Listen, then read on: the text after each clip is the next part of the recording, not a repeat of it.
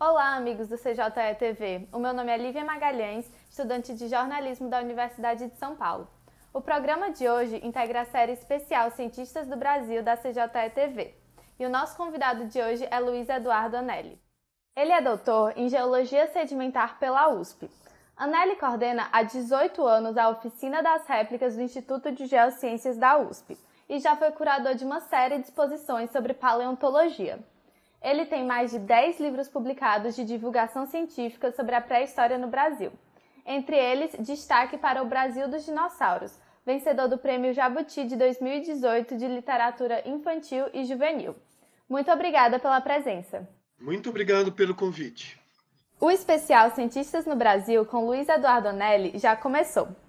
Você é graduado em Ciências Biológicas na Universidade Estadual de Londrina e fez o mestrado e o doutorado pela USP. Para começar, a gente queria saber como foi esse início de carreira, desde a graduação na UEL até vir para a USP fazer a pós-graduação. Olha, eu fui biólogo desde criança, né? Embora hoje toda a minha vida esteve envolta pelos dinossauros, muitas pessoas acham que eu gosto de dinossauros desde criança, como é o caso da maioria das pessoas, né? Mas eu, na verdade, era um biólogo e, como morava no interior de São Paulo, era um colecionador de insetos. E então prestei um único vestibular da minha vida, né? Lá em São Carlos tinha biologia na Federal, eu tinha biologia aqui na USP, mas eu acabei prestando na Universidade Estadual do Paraná por uma série de contingências, né? E me tornei biólogo lá. Era uma universidade muito jovem e por isso eles fizeram comigo e com os alunos da minha turma a coisa que eu acho a mais importante para que um biólogo se torne um biólogo, que é ir ao campo. Então a nossa turma, como a universidade era muito jovem, não havia muitos laboratórios, etc, etc, a turma foi passar um mês na Amazônia, um barco, Pantanal, Manguezal, e isso nos fez de nós biólogos, né? Mas no último ano, eu, como a maioria dos jovens graduandos, estava, como todos, perdido, né? Meu Deus, o que eu vou fazer da minha vida? E comecei a fazer um estágio como professor de geologia. E esse professor de geologia, quando eu me formei, fazia doutorado aqui, fazia mestrado aqui no Instituto de Geociências, onde eu sou professor. E falou: vem cá, você gosta de paleontologia, eu vou apresentar você para um professor lá na USP. Aí vim para cá com ele, ele me apresentou. Em 1990, 6 anos depois, eu era professor na geologia. Esse foi o início da minha carreira. Obrigada, professor. Agora, a nossa próxima pergunta vai ser da repórter Rebeca Alencar. Olá, Luiz, tudo bem? Oi, Rebeca. Bom, nos anos 90, houve uma carência muito grande de professores especializados em dinossauros no Instituto de Geociências. Falando de forma mais específica, como foi a transição do estudo de taxonomia dos moluscos para o interesse mais dedicado à paleontologia aos dinossauros, considerando que você não começou nessa área? Essa é a continuidade da minha resposta anterior, certinha. O Instituto de Geociências tinha uma tradição no estudo do Gondwana.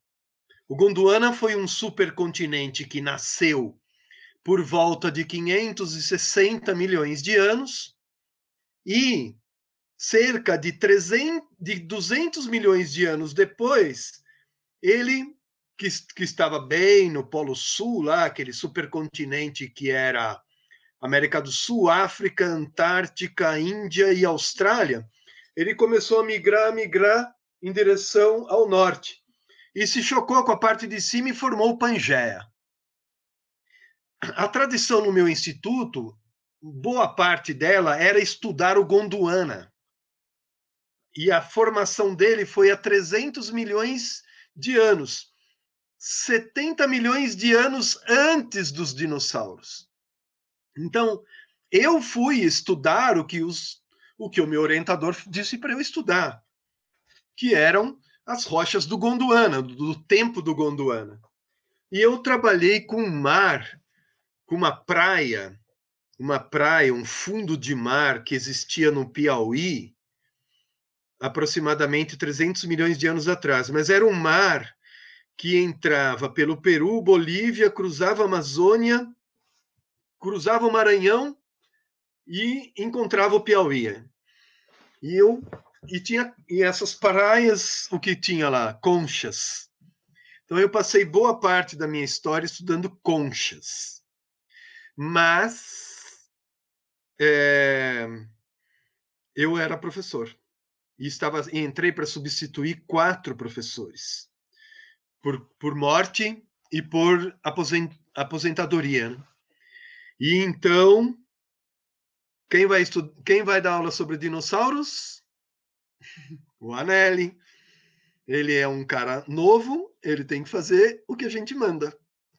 E fui eu estudar os dinossauros. E olha, vou dizer para vocês, eu experimentei o que as crianças que gostam dos dinossauros experimentam. Mas eu experimentei como adulto. E os dinossauros são realmente fascinantes. Por que eles são fascinantes? Eles são fascinantes porque eles viveram durante um tempo que foi o tempo que aquele supercontinente começou a se despedaçar. Então, quando o primeiro dinossauro nasce aqui no Brasil, existia um único continente, que era o Pangeia, aquele gigante. Metade do sul Gondwana, metade norte a Laurásia.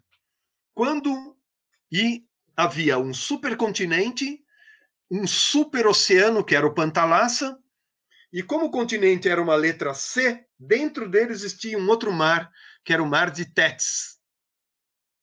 Os dinossauros nascem aqui. Quando os dinossauros são extintos, já haviam 7 continentes e 5 oceanos. Ou seja, eles pegaram uma fase do mundo ao longo de 170, 180 milhões de anos que foi, como o pessoal diz, uma loucura geológica e biológica. Porque quando eles nasceram, não havia mamíferos.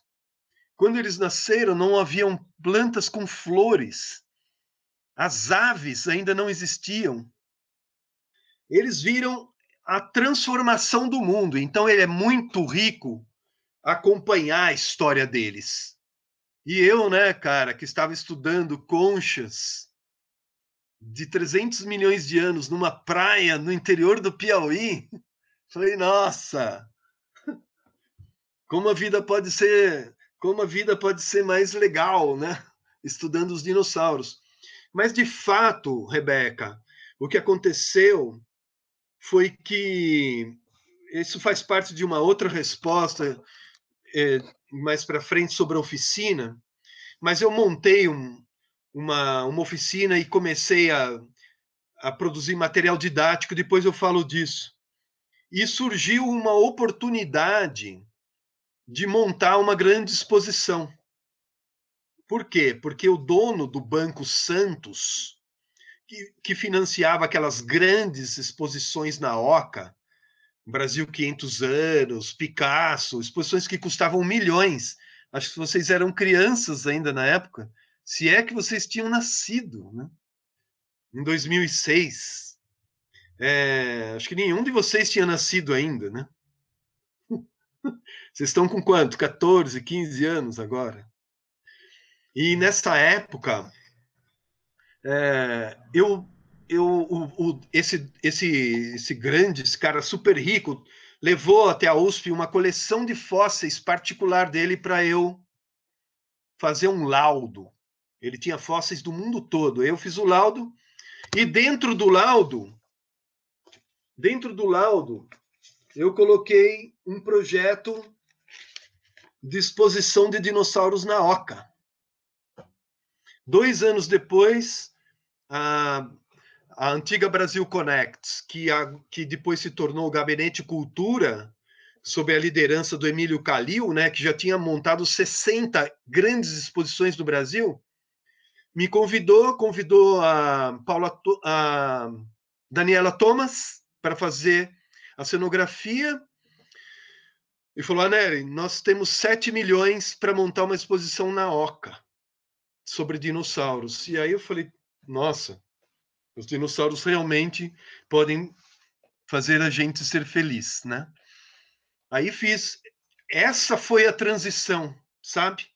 Foi desse momento, mas foi neste momento também, lá dentro da exposição, que foi visitada por 550 mil pessoas, que eu fiz uma pergunta. Eu falei assim: por que a Argentina, que tem a metade do território brasileiro, tem 5 vezes mais dinossauros conhecidos que no Brasil?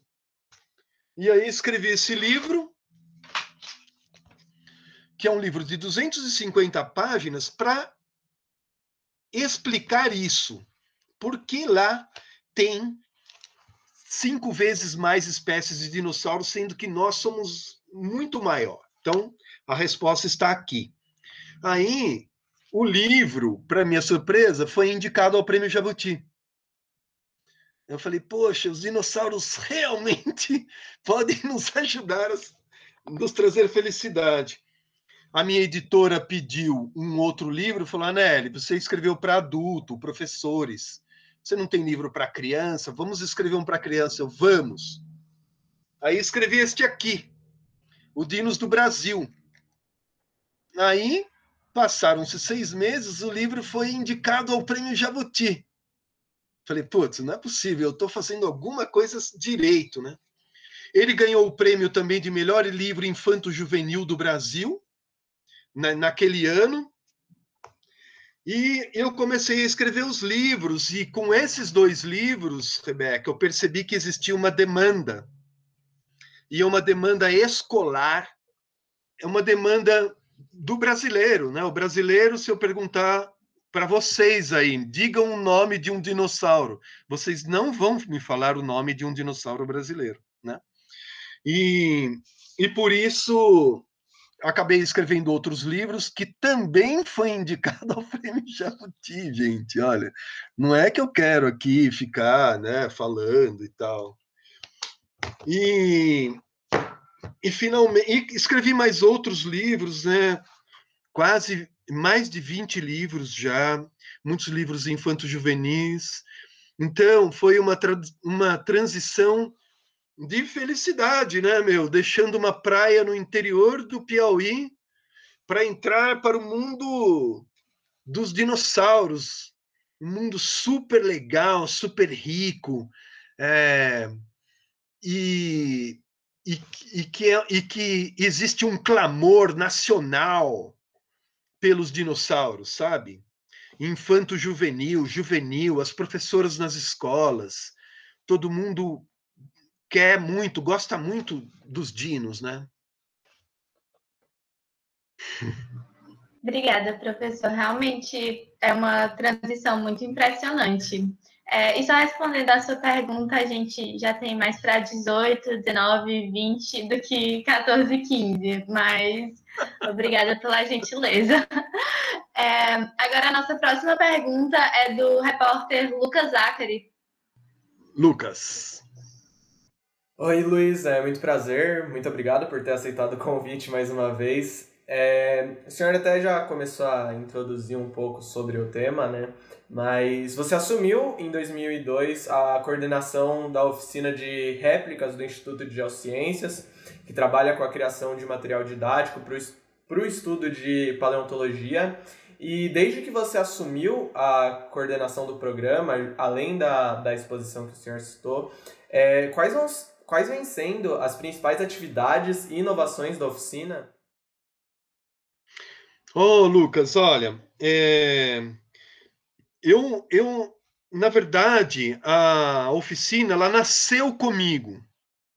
Eu nunca assumi essa coordenação da oficina, né? Ela sempre esteve sob a minha coordenação, porque isso acabou nascendo de uma necessidade educacional também, didática, né? Nós somos um país imenso, mas lembra que eu disse que o Gondwana passou boa parte lá, estava lá no Polo Sul, muito embaixo. Nós sofremos muito, nós somos um certo tipo de calamidade paleontológica, sim, por questões ligadas ao passado, por ter vivido durante muito tempo em regiões polares, sob glaciações. Depois, quando o Brasil, a América o Gondwana se une ao Pangeia, se estabelece uma aridez aqui. A gente tem o maior e mais seco deserto do mundo ao longo de 100 milhões de anos no Brasil. Então, a gente sempre teve poucos fósseis. Nós temos coisas espetaculares, mas é diferente de outros países. Mas eu não quero falar sobre esse assunto agora. E então, existia uma demanda, as escolas queriam fósseis para levar para as escolas, a Unicamp usava os fósseis do IG, e o pessoal emprestava, e eram fósseis comprados no exterior, por preços altíssimos, e que tinham uma vida, né? Tinha um uso, né? E isso se desgastava, quebrava. Eu entrei como professor, falei, não dá mais para emprestar. Tá, mas o que a gente faz agora? Não sei, se vira. Até que um dia eu fiz uma cópia para estudar as minhas conchas, aquelas conchas lá do Piauí, eu fazia cópias, moldes de borracha e depois fazia conchas em gesso. Falei, eu já sei, vou fazer coisas em gesso. E passei a moldar o que a gente tinha no IGC. Fiz uma viagem pelo Rio de Janeiro e São Paulo, moldando coisas, e montei uma coleção de réplicas de fósseis. Essa coleção cresceu. Muitas universidades hoje usam os fósseis, as réplicas feitas na oficina de réplicas que nasceu, né? A oficina de réplicas nasceu dentro do IGC, como um instrumento na produção de material didático. E ela é tão legal, eu não trouxe tudo aqui, mas, por exemplo, isso é um dente de Carcharodontis megalodon. É um dente de um tubarão extinto aí há 3 milhões de anos, em que cada polegada aqui significam 4 metros de tubarão. Esse cara aqui chegava perto de 20 metros. Um dente como esse, com as serrilhas ainda preservadas e inteiramente conservado, custa na internet $3.000. E lá nós produzimos na oficina e vendemos a R$ 35 para todo o Brasil. E ele é perfeito. Nós não tínhamos crânios de dinossauros no Brasil para comprar à venda.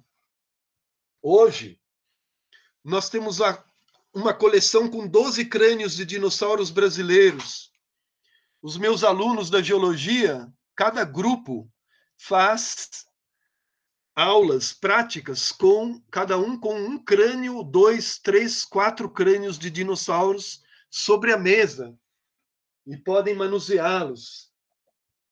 Nós temos réplicas da mais antiga ave conhecida, que é o Archaeopteryx, o maior tesouro da paleontologia mundial, esse cara aqui. Ele é muito importante. E aí, cara, eu comecei a fazer réplica de tudo. Olha isso.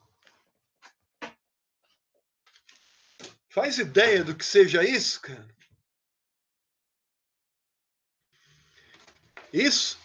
Essa é uma cópia de uma rocha que pesa aproximadamente 150 quilos, que está numa coleção no interior de São Paulo. Isso é uma rocha, é um arenito, depositado no maior e mais seco deserto de dunas que existiu no mundo, aqui no Brasil. E é uma duna do deserto, ela é inclinada. E um dinossauro, cara, fez xixi aqui.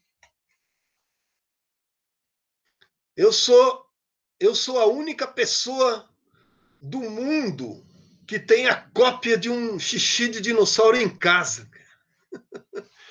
Bom, isso aqui tem tanto valor, né? Porque todo mundo quer ver um xixi de dinossauro no Museu de Geociências, entende? Então é uma amostra muito curiosa. A Forbes, a revista Forbes, publicou esse xixi há alguns 4, 5 anos atrás, como um dentre os 5 fósseis mais esquisitos do mundo. É tão legal, né? Bom, e assim vai. E hoje, a oficina de réplicas, ela se tornou um patrimônio brasileiro. Várias universidades, muitas escolas usam todo o material produzido na oficina de réplicas, que é vendido tudo quase a preço de custo, e com algum do dinheiro que a gente recebe, o IGC comprou uma coleção de crânios de dinossauros e de outros animais pré-históricos, então nós estamos montando agora, para reabertura, uma exposição de cabeças de animais pré-históricos lá no IGC. É isso. A oficina de réplicas se tornou assim uma grande... E talvez hoje ela seja o mais antigo projeto de extensão em continuidade na Universidade de São Paulo.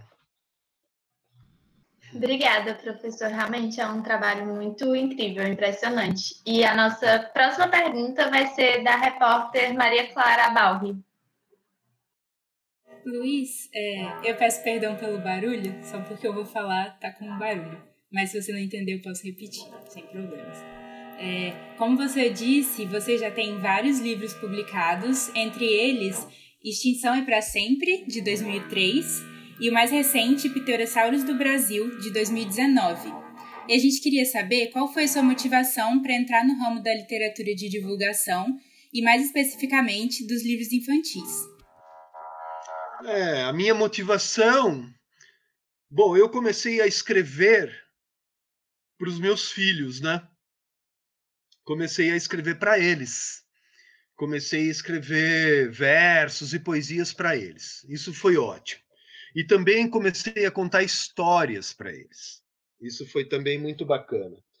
E então, uma aluna da biologia foi me procurar no IGC porque queria trabalhar comigo, com paleontologia e tal, a Tatiana Camolés. Eu falei assim, putz, vamos fazer o seguinte, vamos fazer um livro. Mas não vamos fazer um livro para a gente guardar e deixar guardado na gaveta. Vamos procurar um editor depois. E fizemos o Extinção é para Sempre.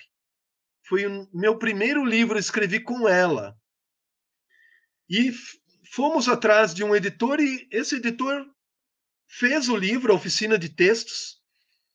E passaram-se alguns meses, a Secretaria do Estado de São Paulo adotou o livro para as escolas do Estado de São Paulo, né? Então isso foi muito legal. E depois disso fiz outro. Esse que você falou dos pterossauros do Brasil, ele é muito legal, ele é da Estrela, e ele vem com um pterossauro para montar. As crianças podem montar um pterossauro. Mas o que é legal é porque é a pré-história do Brasil, sabe? Nós carecemos da pré-história brasileira. E então fomos escrevendo. Eu acabei fazendo esse outro livro, A Evolução dos Bichos. Aí foi traduzido para o espanhol. É um livro muito legal, muito bem ilustrado e tudo. E olha, Maria Clara, a minha maior motivação, né, que essa é a sua pergunta principal, né? A minha maior motivação foi a demanda. Eu percebi que existe uma demanda. Este livro aqui, O Dinossauros e Outros Monstros, uma viagem à pré-história do Brasil, na minha opinião, é o único livro que trata da pré-história do Brasil. Por quê? Existe um grupo de animais que nós conhecemos como a megafauna, que existiu no último 1 milhão de anos, e tem um livro que trata disso. Depois tem um outro livro que trata das rochas de 230 milhões de anos, que existe lá no Rio Grande do Sul, de onde saem os dinossauros mais antigos do mundo. Mas são livros pontuais, não existe um livro que falasse desde as mais antigas evidências de vida que nós temos no Brasil, que eu tenho certeza que vocês nem fazem ideia do que seja, né? Eu tenho certeza, não, ninguém faz ideia, mas sabe o que é? As evidências de vida mais antigas no Brasil é isso aqui, ó. É uma coisa. É isso aqui, ó. São construções colunares de rochas com aproximadamente 2,4 bilhões de anos de idade. E sabe onde é esse mar aqui? Esse mar é em Minas Gerais. As bactérias se organizavam em domos aqui, enquanto elas realizavam a fotossíntese, elas precipitavam o carbonato de cálcio e o oxigênio que saía da fotossíntese precipitava o ferro, se ligava aos íons de ferro dissolvidos no oceano e precipitavam. São essas bactérias que construíram todas as nossas jazidas de ferro. São as evidências de vida mais antigas do Brasil. E foram essas bactérias responsáveis por toda a precipitação do ferro que acabou resultando nessas tragédias de Mariana e Brumadinho, o quadrilátero ferrífero. Depois nós temos as pegadas de dinossauro,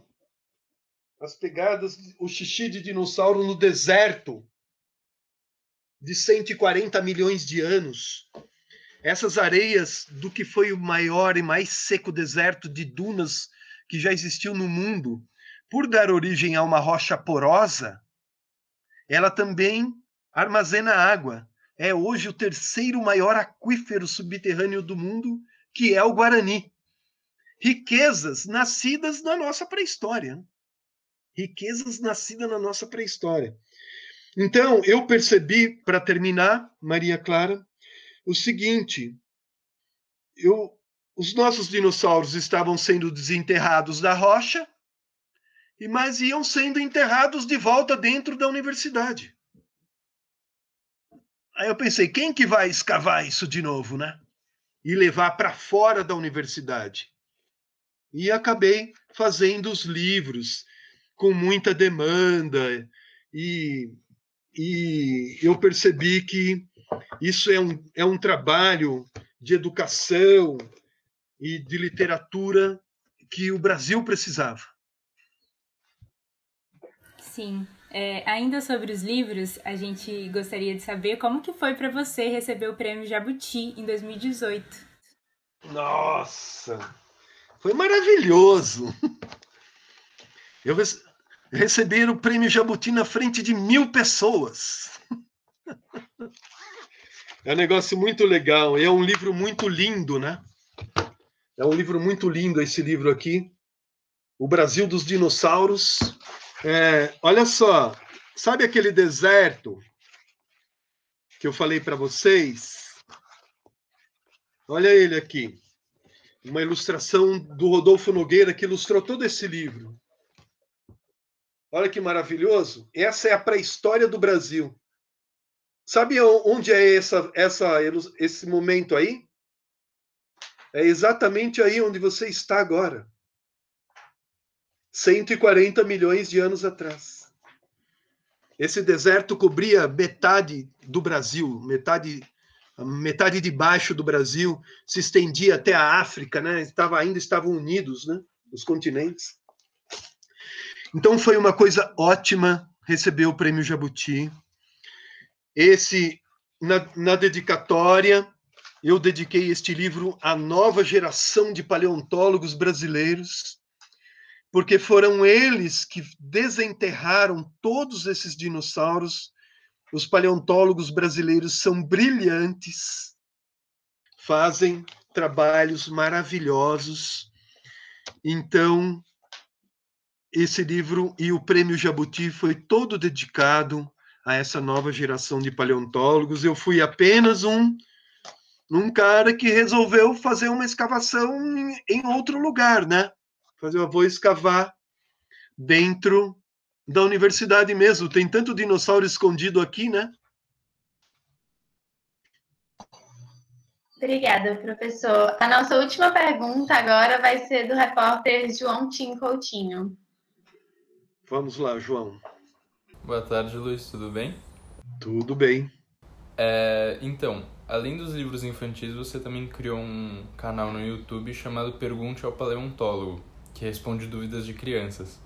Sim. Por que você acha tão importante passar o conhecimento da pré-história justamente para esse público? Olha, eu acho importante. Tem muitas razões. A primeira razão é o seguinte, é porque eles se interessam por isso, né? Crianças se interessam por dinossauro, né? E eu digo, muitas pessoas me perguntam, né? Mas por que essas crianças adoram tantos dinossauros? E olha, eu vou dizer uma coisa. É porque criança sabe o que é bom, cara. Criança sabe o que é bom. Os dinossauros são realmente uma grande riqueza da humanidade, viu? Pode reparar, João, qualquer país que valoriza a educação, a cultura, que você vá, existem museus lotados de animais e da vida pré-histórica, especialmente os dinossauros. Países na Europa, os Estados Unidos, Canadá, países asiáticos, Coreia, Japão, China, transformaram a pré-história deles num item da cultura. Assim como o esporte, a arte, a literatura, a pré-história deles também faz parte da cultura. Por quê? Porque ela é muito instrutiva. Né? Ela aproxima crianças e adultos da ciência, leva crianças e adultos aos museus, leva os livros até o colo das crianças e leva o conhecimento do mundo para as crianças e para os adultos. Né? Tudo que nós temos hoje, João, toda a paisagem, toda a biologia que nos envolve, nasceu no tempo dos dinossauros, que é a era anterior. O que nós estamos colhendo hoje, as nossas paisagens, etc., etc., tudo isso foi plantado lá na era mesozoica. Você quer ver? Quando a América do Sul estava se separando da África, se formavam fraturas que os geólogos chamam de rifts. São aberturas da crosta. E essas aberturas são muito profundas. E nessas aberturas, isso aproximadamente 100 milhões de anos, 110 milhões de anos, os rios enchiam com água, em lagos de água doce, muito extensos e muito profundos. A vida se proliferava nessas águas, muitas algas, morria, ia para os fundos profundos, porque os fundos eram anóxicos, por serem muito profundos, A matéria orgânica permaneceu lá. Foi essa matéria orgânica que deu origem aos 80 bilhões de barris de petróleo que estão guardados nas camadas pré-sal. E aquele, por exemplo, aquele deserto, ele terminou aquele deserto debaixo de um grande vulcanismo, um vulcanismo chamado Paraná Etendeca. Camadas de magma, e não era vulcãozinho, não. Esses vulcãozinhos que vocês vão subir lá no Chile e fazer selfie lá. Não eram esses vulcõezinhos. Eram fraturas continentais. É um continente que se rompe e acumula magma numa área que cobre a região, o estado do Rio Grande do Sul, do Paraná, Santa Catarina, São Paulo, Mato Grosso, Uruguai, Argentina e Paraguai. Cobre com magma com espessura de 2 quilômetros. Essa rocha são os basaltos, né? A gente ouve falar dos basaltos.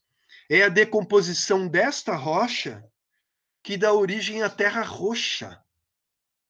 A terra que é o metro quadrado agriculturável mais caro do Brasil e que tocou a economia do estado de São Paulo e dos estados do Sudeste ao longo de 50 anos, na época do café.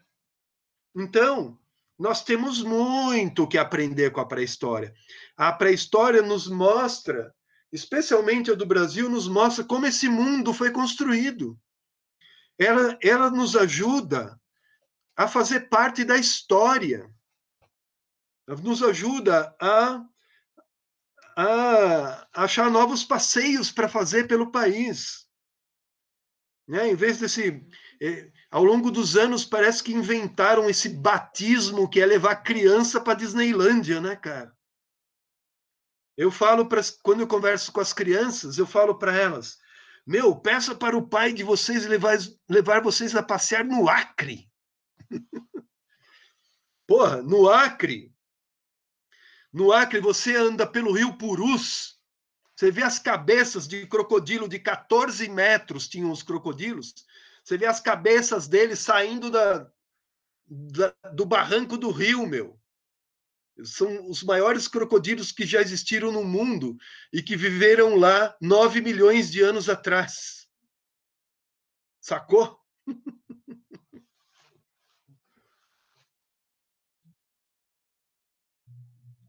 Obrigada, professor. O nosso programa está quase acabando, então a gente queria saber se você tem alguma consideração final para falar. Nossa, eu já falei pra caramba, né? Olha, eu acabei não falando do meu canal no YouTube, né? Que é o Pergunte ao Paleontólogo. Pô, as crianças são muito legais, né? A gente precisa estimular as crianças a fazer novas perguntas e responder para elas. Já me fizeram perguntas tão legais, né? Eu muitas vezes termino a minha aula, né, as minhas aulas online. Enquanto eu dou aula lá, presencial, na GEL, eu faço todo mundo falar, porque eu fico ali em cima, né? Mas agora eu termino as aulas, muitas vezes vamos às perguntas, e o pessoal não tem pergunta. Então, eu vejo como as crianças têm tantas perguntas para nos fazer, e é tão importante perguntar, né?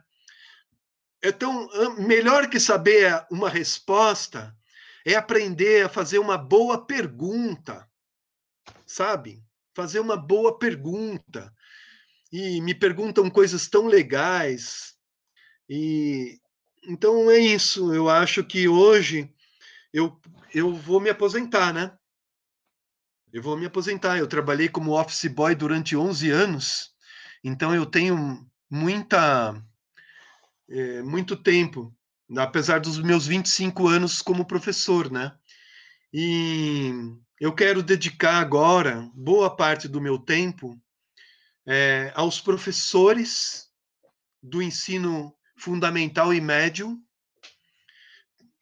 e às crianças, mas especialmente aos professores, porque eu acho que eles são as pessoas hoje mais importantes do Brasil. Agradecemos novamente a presença de Luiz Eduardo Anelli, que é doutor em Geologia Sedimentar pela USP. A nossa equipe é composta por Coordenação e Pauta, Maria Clara Balri, Pesquisa, Rebeca Alencar, Roteiro, João Tim Coutinho, Produção e Edição, Lucas Zacari, Apresentação, Lívia Magalhães. O vídeo também está disponível na CJE TV. É só acessar o site do Departamento de Jornalismo e Editoração. Muito obrigada e até o próximo programa.